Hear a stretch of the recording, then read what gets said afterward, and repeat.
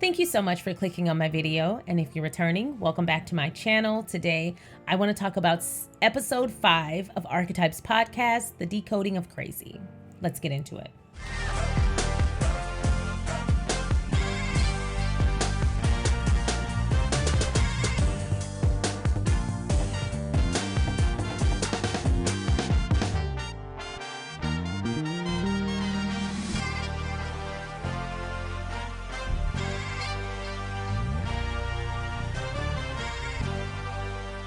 So much for clicking on my video. If you have not already, feel free to go ahead and like this video, subscribe to my channel, and turn on that notification bell. I want to go ahead and say a big hello to the friend circle. Thank you for joining us. And I want to go ahead and curtsy to the royal court. Thank you so much for gracing us with your presence. It is an honor to have you.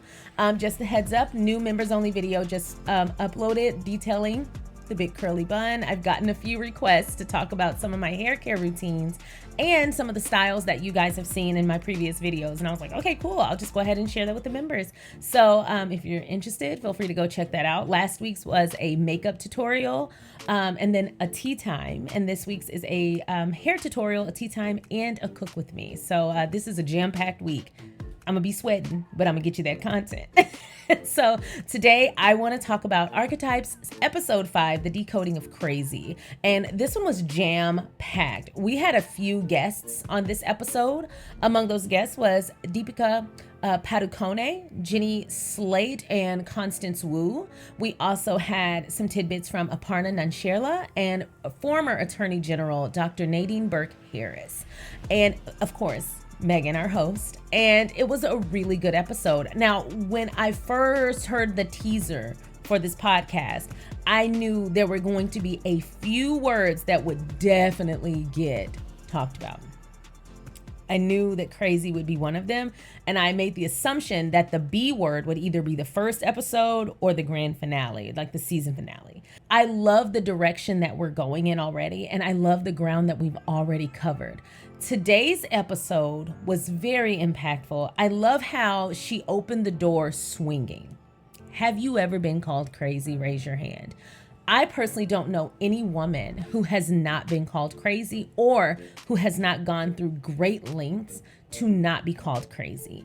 So I love that this podcast doesn't isolate the people who are doing these things. The podcast talks all about the actual moniker. It's actually about the name, the word itself, not about individual people who use this word to oppress others, although we do get there. But I love that they make it so broad so that if you get yourself caught in the crosshairs, you can check your own behavior, because it's not just men. It's not just white men. It's not just black men, Asian women. It's not just one particular group. A lot of people do this.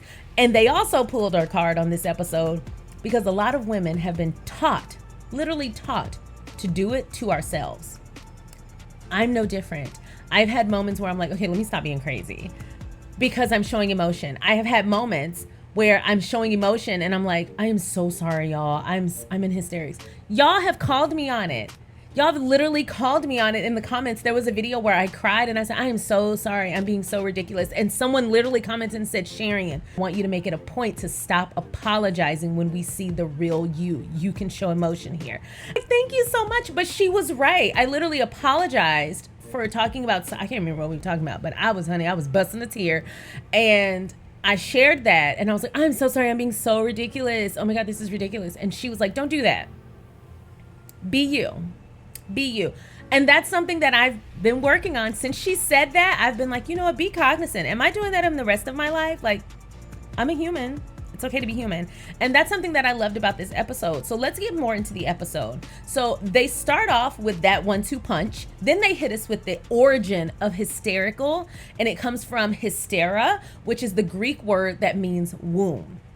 They're whooping our asses here. Like, they're shedding light on things that most of us just say or think on the fly or experience on the fly and say, oh, that's just get over it. Sometimes we do that to ourselves. We dismiss ourselves because we don't want anyone else to call us crazy. Also talked about how in the DSM-5, the hysteria was a medical diagnosis until 1980. Calling someone crazy or hysterical minimizes their experience and dismisses them. These things can even gaslight people into believing they're not really experiencing these very real experiences.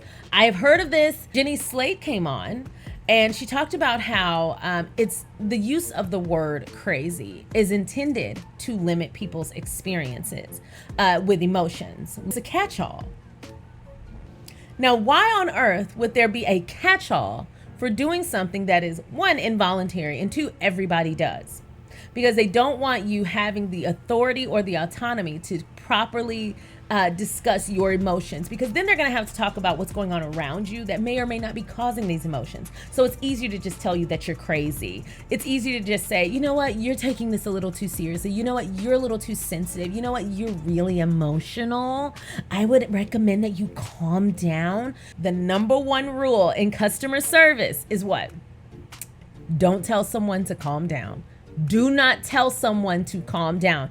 Have you ever asked yourself why that is? First of all, it's telling them what to do with their emotions. Two, it's lacking accountability. And then three, you're telling someone what to do when you really should be solving the problem. And then four, it's dismissive and it's undermining what they feel. Don't tell me to calm down. Fix the problem. If you fix the problem, guess what will happen naturally? I'll calm down.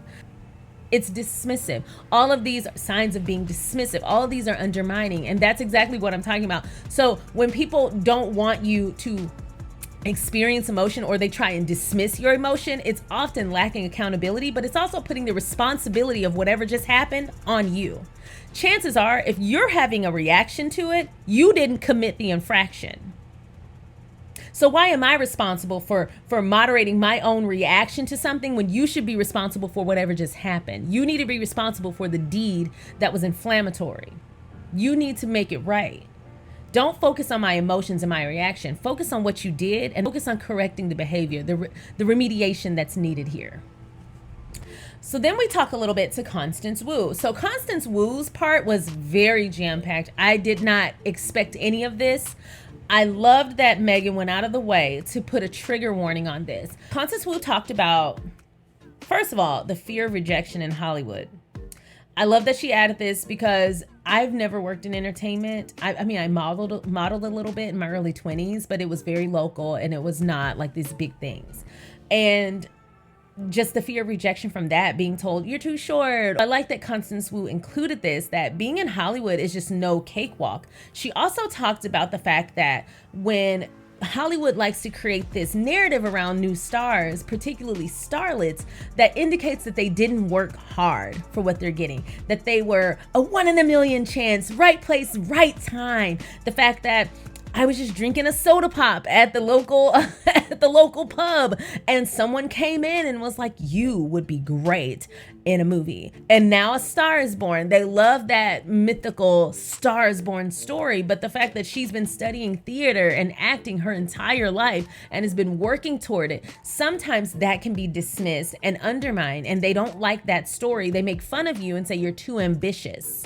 And so I thought that was a great thing to add here, because later what she reveals, again, trigger warning, we are talking about someone contemplating and attempting to discontinue their existence.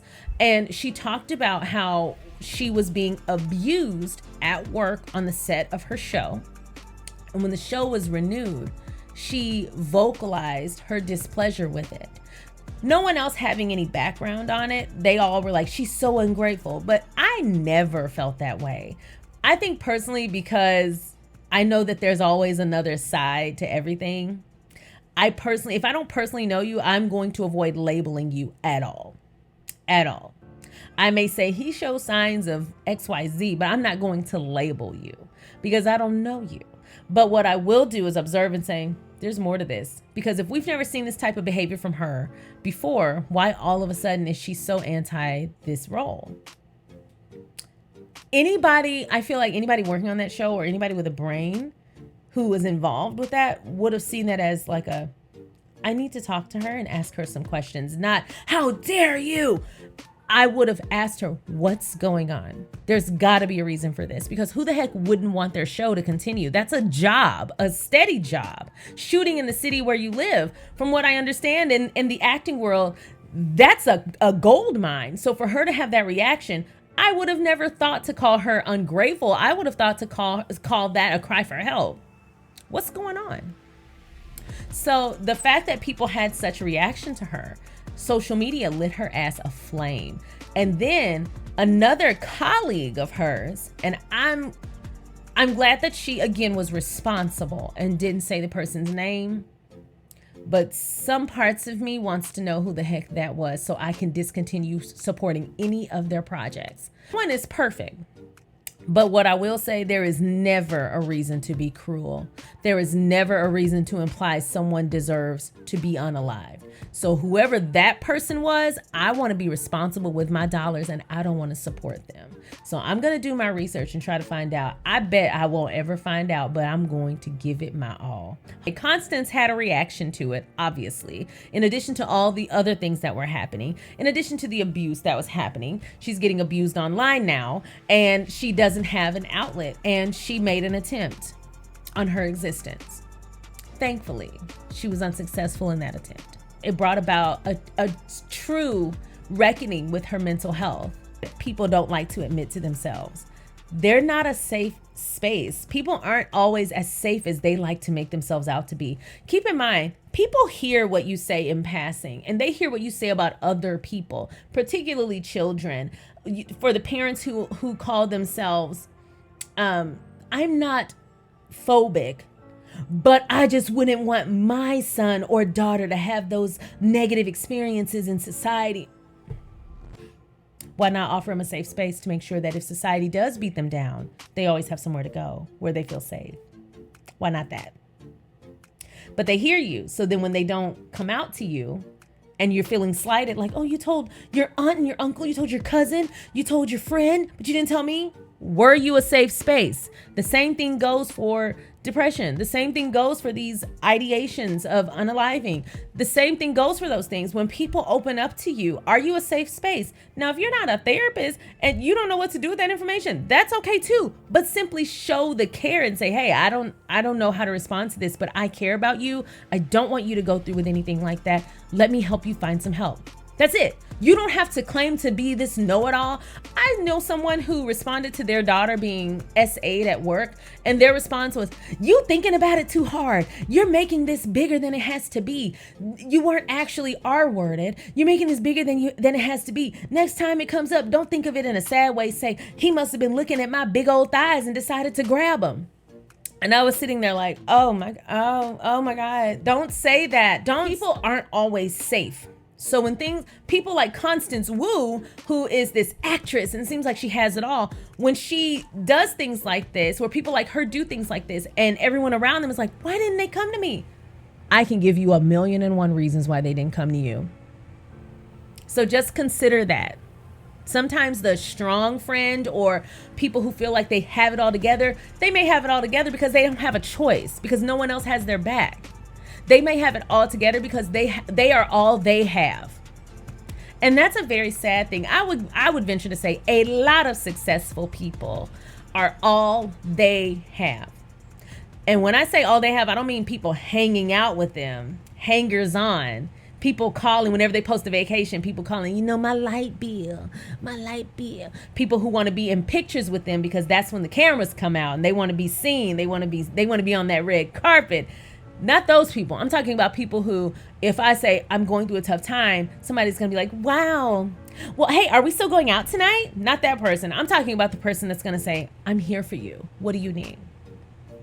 Because there's a big difference. And a lot of successful people have that problem of having it all because they're all they have.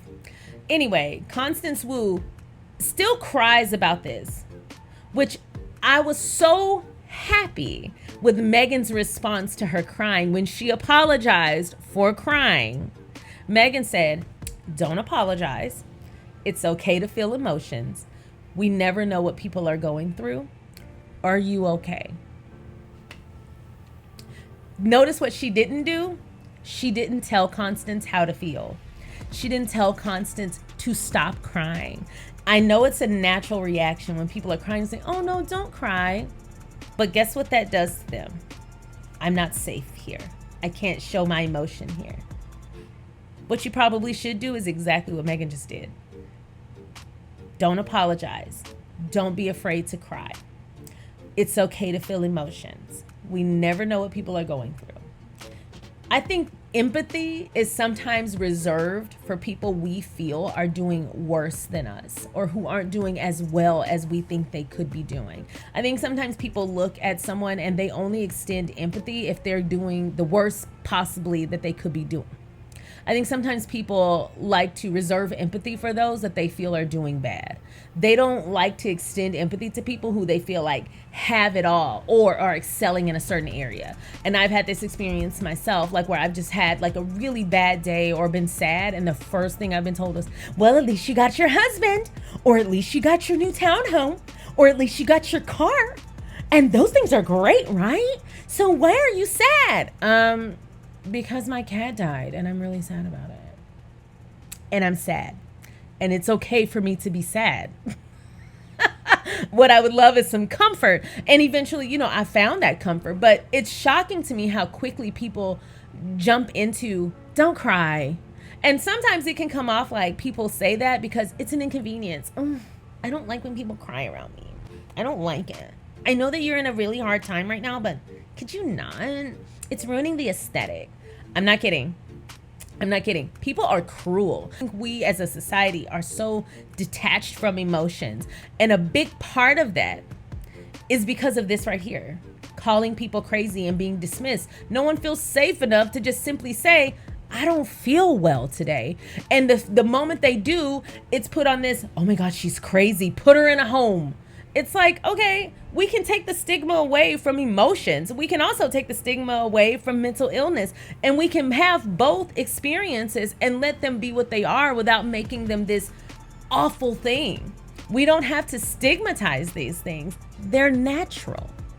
If you have a body, you have emotions. So then we hear from Aparna Nancherla. And she talks about how, again, crazy is a catch-all. And she also says women's pain is not taken as seriously as men's pain. Again, I know this to be true. We then hear from Surgeon General Dr. Nadine Burke-Harris. And some of the quotes that she said were, the individual who's doing the labeling is often not listening or they often don't understand. Women are less often believed in terms of their symptoms for things as serious as heart attacks. When women are brought to a hospital, there's a greater likelihood that their symptoms are dismissed or misdiagnosed. I saw a recommendation online the other day that said if you feel like you're being dismissed in a medical capacity, show up in a business suit. They're given a lot different care than people who show up in tights or in a muumuu. And then also, Dr. Nadine Burke-Harris said a lot of times people see women showing symptoms as an exaggeration and it all being in their head. That's when I immediately thought of this, and I'm so glad Meghan included it. That's when Meghan included the story about Serena Williams. After she gave birth and had a C-section to her daughter, she had a blood clot, and she could feel that something was off with her body, and she was dismissed. The doctor that she talked to, or the nurse that she talked to, told her that she felt like her medicine was making her say crazy things. It's insane. Meghan also talked about not being afraid to ask for help. And that kind of goes back to what I was saying. If you are experiencing something, it is imperative to ask for help and to know who to ask. Because sometimes if we ask the wrong person or someone who is just not going to help, it could make whatever's going on feel a lot worse. So it's important that even when you're feeling great, to kind of know where your resources are, kind of build a little list of where your resources are, who your resources are, who you feel would be a safe person to reach out to. There are hotlines. There are people you can call who don't know you that may help you free up apprehension and may make it easier for you to talk and express yourself. Because at the end of the day, that's what's needed. It's for you to feel safe and feel like you can communicate and get to a place where you can receive the help that you need. And so I was glad that she mentioned that. She also talked to Deepika Padukone, who is a famous Bollywood actress and a mental health advocate. And she talked about being committed to removing the stigma about mental illness. And I love that because, again, even in 2022, mental illness is stigmatized. it is so stigmatized. Even things like PTSD. Deepika also talked about at one point when she was having a low with her mental health, and she talked about feeling hollow and hopeless. And I thought that was a very poignant word, hollow. Hollow is an incredible word to use. She said that every part of her life now, since she's recovered from that place, has to ensure that she doesn't go back to that dark place. And I kind of understand that. A lot of people don't understand the way I move, like even with detaching from social media, how I make it a point. I have rules about posting on Instagram for safety, but also for mental safety as well. I make rules now. I don't really look at comments anymore, whereas I used to. I've also asked people who I care about deeply not to share things with me. When people say ugly things about me, don't share it. Their opinion of me is not my business. And so the fact that it was thrust upon me, I kind of took umbrage to that. And I really didn't appreciate that at all. I didn't. I felt like the intent was positive. I don't feel like there was any odious intent at all. But I do feel like the outcome was damaging to me. And it was because I don't bother anybody. So I think the reason it hurts my feelings is because I don't bother people. I kind of stay to myself. And so when anyone takes aim at me, it's like, okay, that was an intentional thing because I don't even know you. Like, I don't even breathe your air. Like, my life outside of my hobby on YouTube is really great. So if I'm going to have a hobby, it can't bring me stress like that. And so I had to make a rule, like if I'm going to continue with my really fun hobby of YouTube, which I love, I can't let myself get sucked into that nonsense because it can be stressful. And I'm a sensitive person. I care about how people feel. I don't necessarily care about what people think about me. And so I had to draw that line. And so to make sure that this part of my life, I'm protecting it as much as I can, I asked, don't share things with me. If you feel the need to defend me, I'm not going to argue with you anymore. I used to say, don't defend me. Do what you do. I'm not going to tell you what to do. But just don't share it with me because I don't have a reason to defend myself. That took a lot for me, especially as a people pleaser. Deepika said she was brave when she spoke publicly and that the healing wasn't in this huge moment. It's subtle and out of nowhere, you just realize you're better.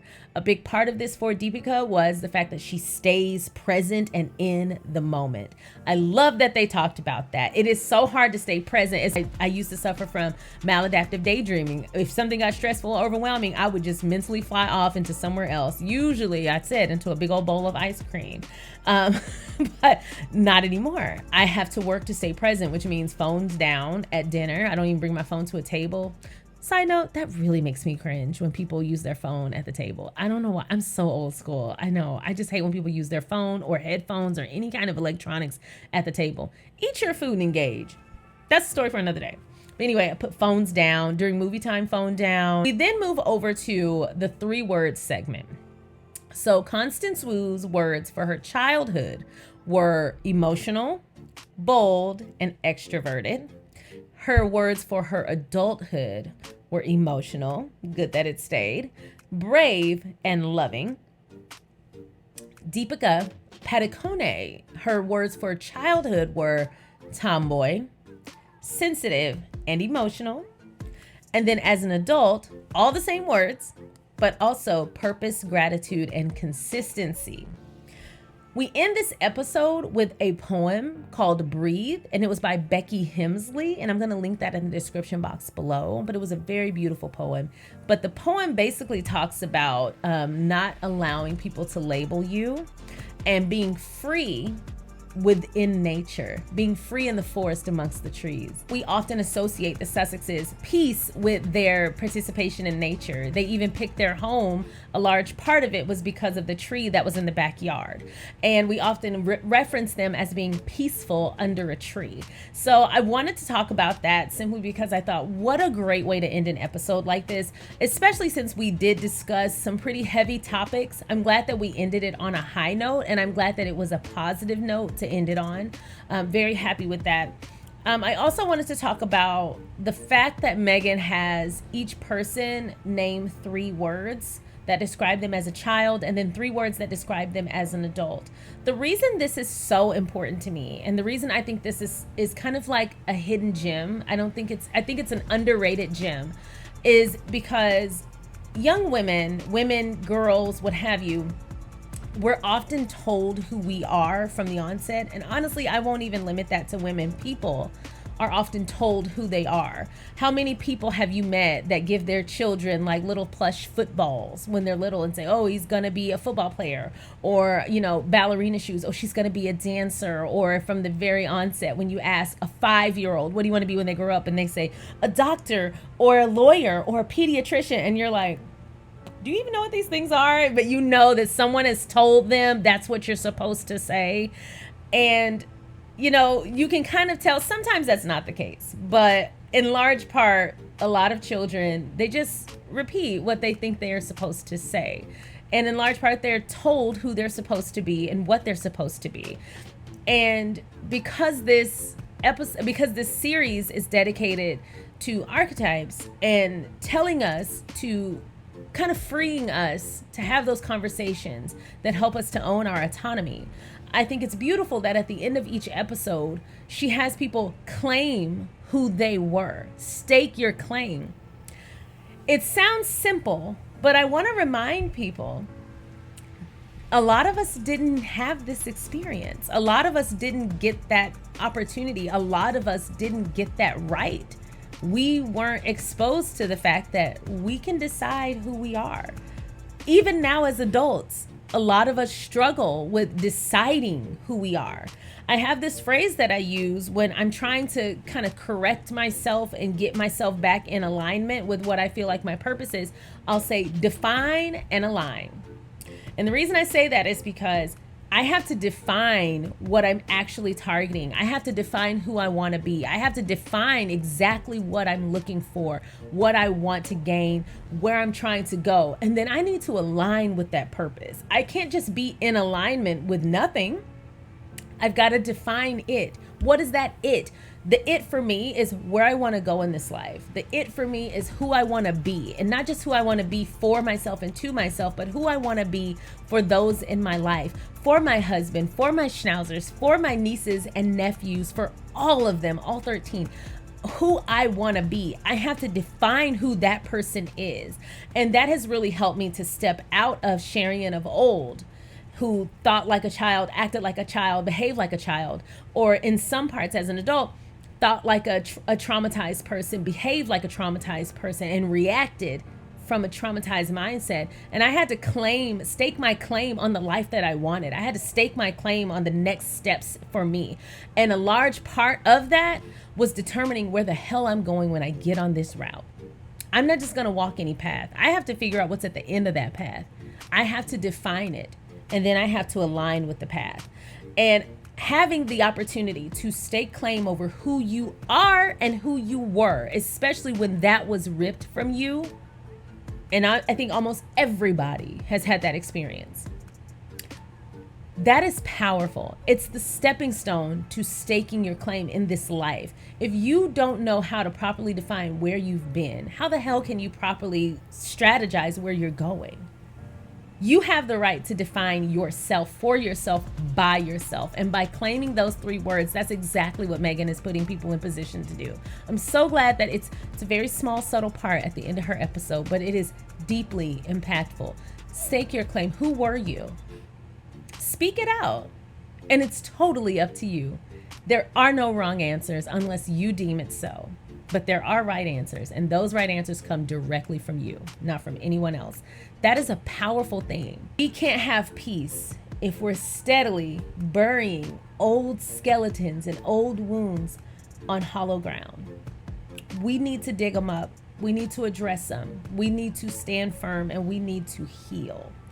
A large part of that process is simply saying, I need help. And I wish peace on everybody. Anybody who looks at my content, whether you wish me well or not, honey, the evil eye will catch you. But I wish peace on you. I hope peace on you. And I always pray for peace for not only myself, but for my loved ones. No matter what you're going through, we can always get out there to the other side. Something my dad likes to say is, there's always tomorrow. You always have tomorrow. There's always morning. And I rely on that because as someone with anxiety, everything feels like it's got to be solved right now, no matter what it is, no matter who's saying, no matter who's doing it, it's got to be solved right now. And my brain is geared to do that to me. But there's always tomorrow. So if I didn't get it today, I'll get it tomorrow. If I don't get it tomorrow, I'll get it the next day. And if I don't get it the next day, I can ask for help. I have people. I can tap into resources. But most of all, I have me. And I hope everyone who looks at my videos, who even frequents my channel, whether you subscribe, whether you're a member or whatever, I hope you always walk away knowing that someone out here cares about you, wants the best for you. And if you are part of my tribe or my group or have interacted with me in any way, I am always going to wish you well. Always.